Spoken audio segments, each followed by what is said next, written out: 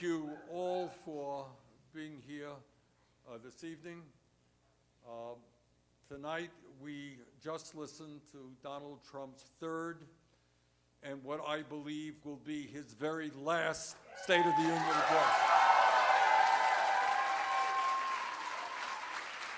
And let me take this opportunity to briefly respond to what President Trump said, and equally important, to what he did not say, and what we must do together to create an economy and a government that works for all of us, not just the 1%.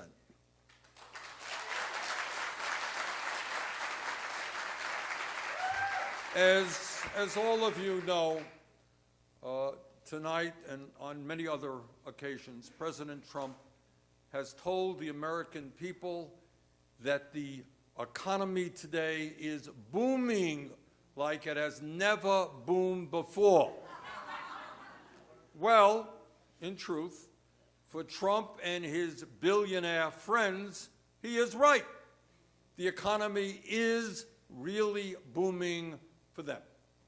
In fact, the wealthiest people in our country have never, ever had it so good, and we are now experiencing more income and wealth inequality than any time in the last 100 years.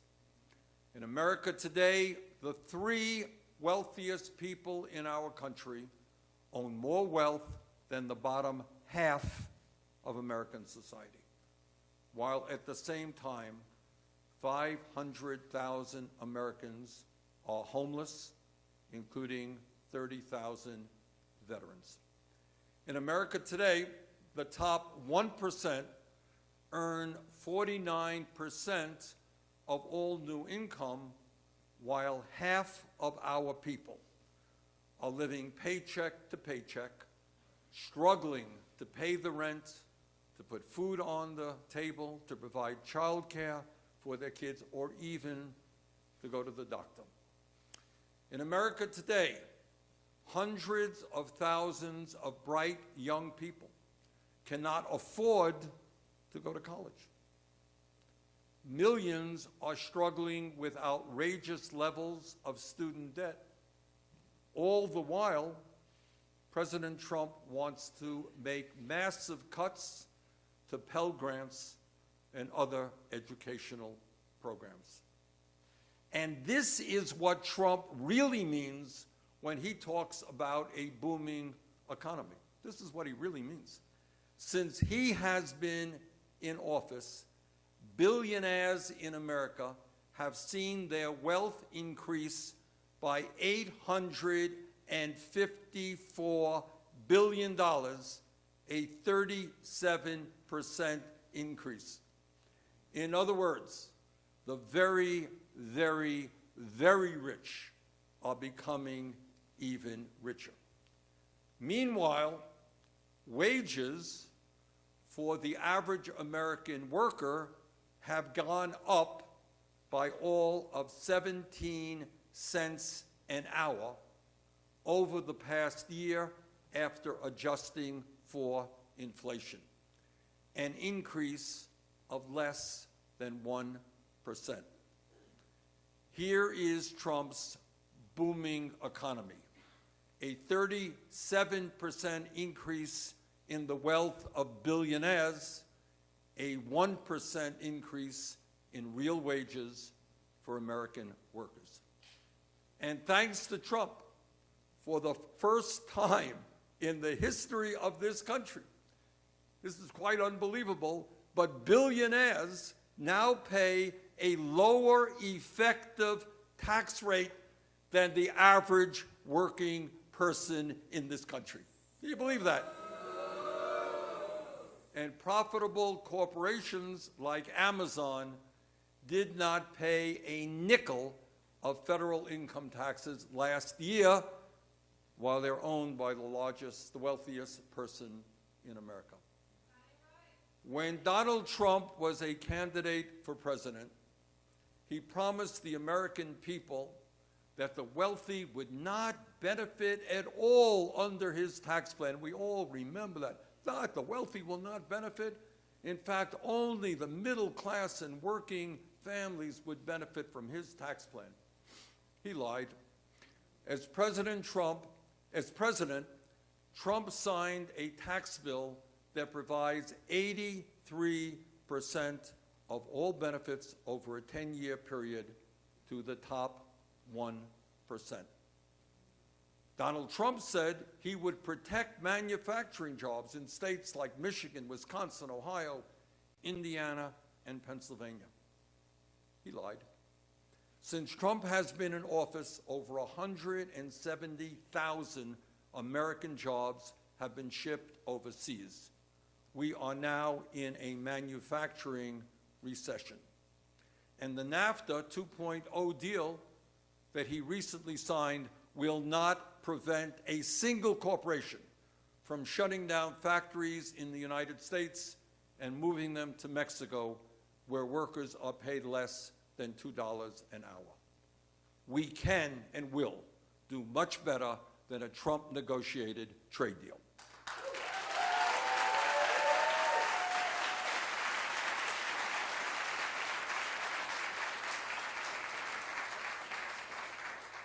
No, President Trump, this is not the strongest economy we've ever had when 87 million Americans are uninsured or underinsured, and millions of Americans have lost their health insurance, President Trump, since you have been in office. This is not a booming economy when the pharmaceutical industry continues to rip off the American people by charging us the highest prices in the world by far for prescription drugs, and when 1 out of 5 Americans can't afford the medicine their doctors prescribe. Can you imagine that? People go to the doctor, they are sick, and they can't even afford to fill the prescriptions their doctors prescribe. In his remarks tonight, Donald Trump talked about the need for America to have the, quote, most affordable, innovative, and high-quality healthcare system on earth. He continued, "We will always protect patients with pre-existing conditions," end quote. Really? How gullible do you think the American people are? This is the same president who came 1 vote away from throwing 32 million Americans off the health care they have and ending the Affordable Care Act's protection for pre-existing conditions. This is also the president who in his last budget proposed a $1.4 trillion in cuts to Medicaid and $845 billion in cuts to Medicare. This is not a booming economy when half of older Americans have no retirement savings and no idea how they will ever be able to retire with any shred of dignity. Now, as important as it is to respond to some of what President Trump said tonight, it is equally important to discuss what Trump refused to talk about. In the year 2020, how can a president of the United States give a State of the Union speech and not mention climate change?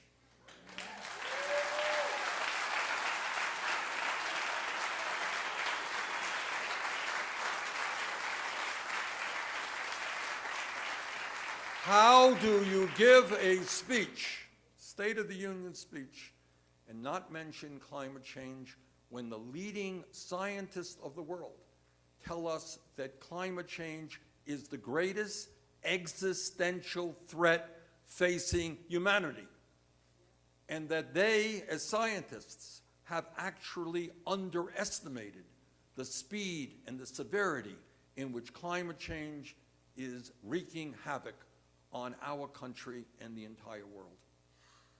I did not hear President Trump say one word about what it means when Australia is now on fire because of severe drought, and about the unprecedented level of flooding and extreme weather disturbances that we are experiencing.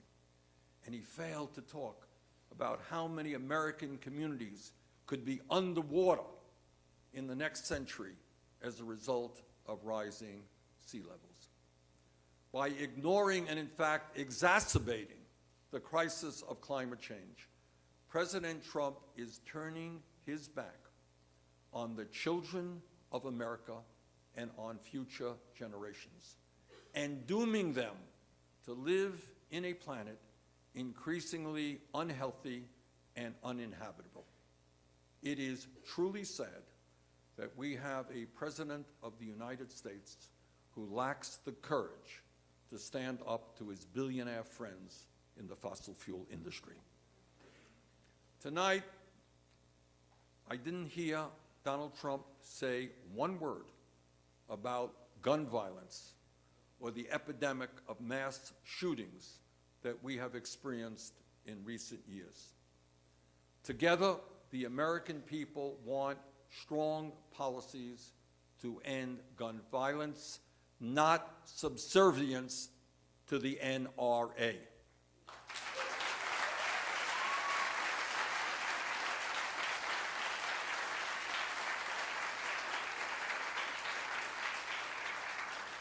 Now, if I might, let me share a little bit of good news with you. And that is that after traveling around this country, I am more confident than ever that the American people want a government that is based on the principles of justice and compassion, not greed and corruption.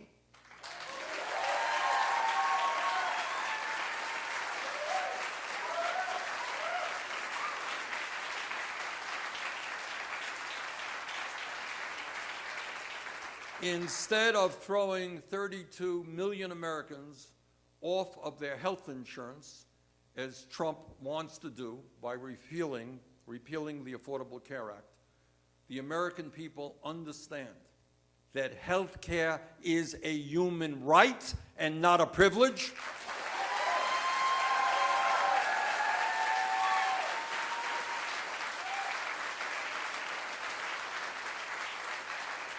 And that we must expand Medicare to cover every man, woman, and child in this country through a Medicare for All single-payer program.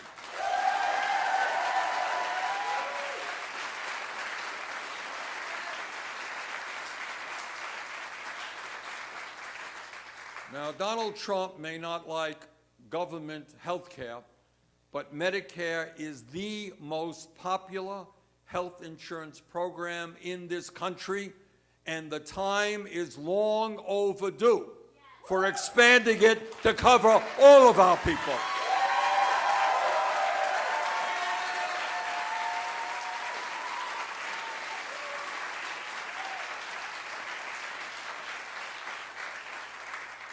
Tonight, President Trump talked about his desire to preserve Social Security. Funny, that's not what he said last month when he was in Davos with his billionaire friends and talked about the need to cut back on entitlement programs. So we say to the President, instead of trying to cut Social Security, we must expand Social Security benefits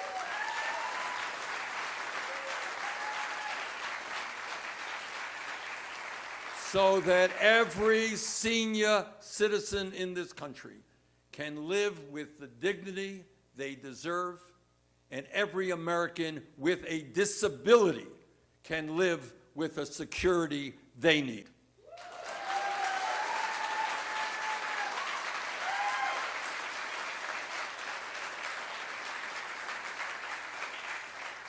Instead of more tax breaks for billionaires and Wall Street executives, we are going to raise the minimum wage to a living wage, $15 an hour.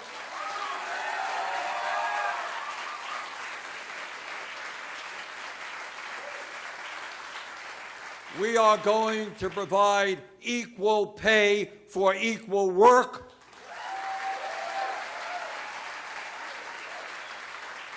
And we are going to make it easier for workers to join unions.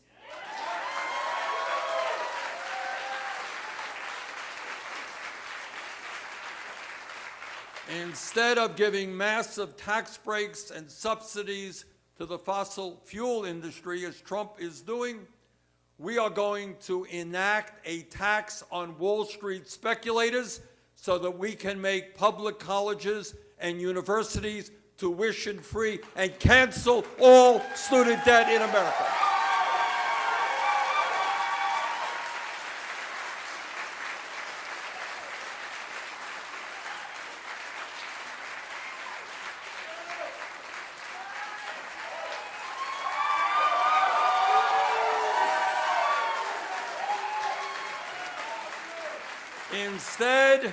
Instead of giving corporate welfare to large companies that are shipping our jobs overseas, we're going to stop providing lucrative federal contracts to corporations that are outsourcing American jobs to low-wage countries.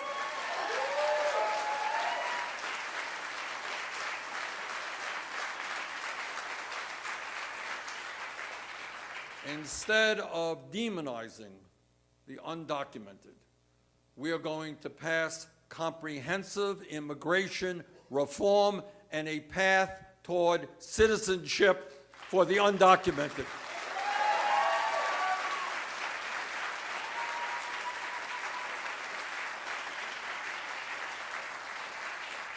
And on day one, we are going to restore the legal status of the 1.8 million young people eligible for the DACA program.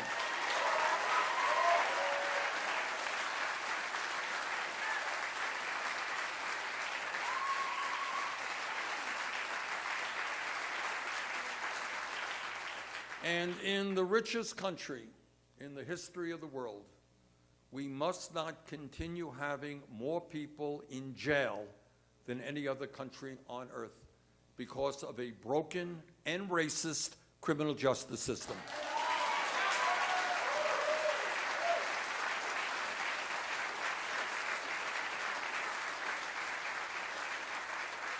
We need to invest in our young people, in jobs and education, not more jails and incarceration.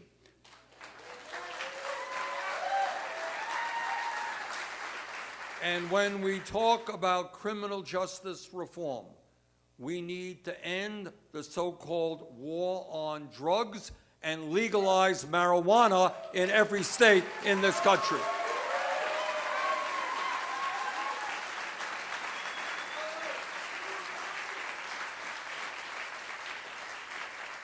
Yes, talk about deregulation and getting government off the backs of the American people. But if Trump believes that we have to get government off the backs of the American people, then he must understand, and his colleagues and friends must understand, that it is women who must control their own bodies, not the government.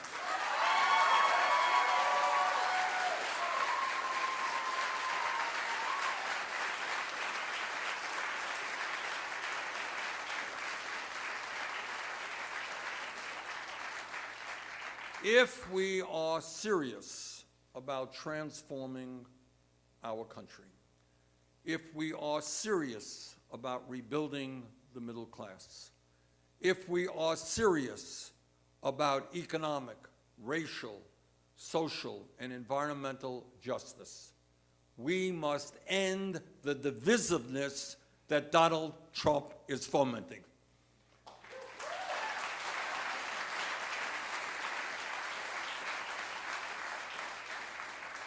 We must bring our people together, black and white, Latino, Native American, Asian American, gay and straight, and create a government based on the principles of justice. This is an unprecedented moment in American history. Let us go forward together. Thank you all very much.